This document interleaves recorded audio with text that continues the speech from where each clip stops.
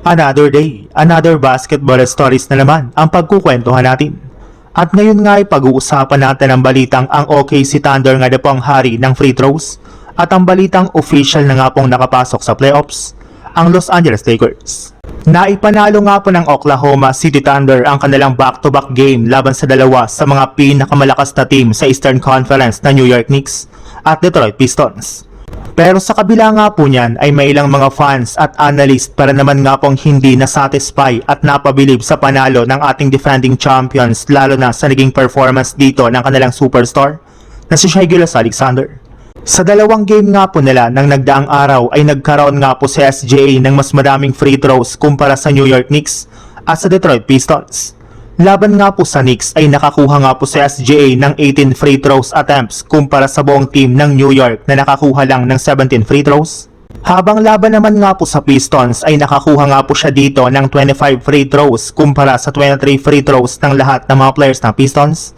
Kaya halos lahat na nga po ng mga fans at analyst ang nagsabi na wala na nga po talagang makakatalo ngayon kay SGA pagdating sa free throws.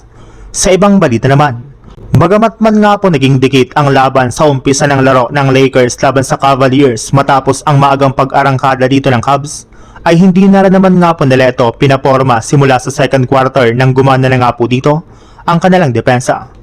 Nasasabayan na nga po nila ang pisikalidad ng mga players ng Cavs mapa-opensa man yan o depensa, since nagawa nga po nila ditong ma-shutdown sina Donovan Mitchell at maging 7 Mobley. Sinabayan pa nga po ito ng pagpasok ng halos lahat ng mga ginagawang tira ng kanilang mga players sa pangunguna nga po ni Luka Doncic. Mas lalo pa nga pong lumaki ang kalamangan ng Lakers sa second half nang magsimula na rin namang uminit ang shooting dito ng iba pa nilang mga players. Na-outplayed nga po ng Lakers ang Cavs sa halos lahat ng aspeto ng kanilang laro, mapa-opensa man yan, rebounding at maging sa depensa sa pangunguna nga po ni Luka Doncic na nagtala dito ng 42 points, Austin Reeves na gumawa ng 19 points, LeBron James at Jake LaRavia na nagtala dito ng 14 points at si DeAndre Ayton na gumawa naman ng 19 points dito. At kasabay nga po ng panalo ng Lakers sa score na 127-113, ay official na rin naman nga po silang nakapasok sa playoff since natalo rin naman nga po kanina ang team ng Phoenix Suns.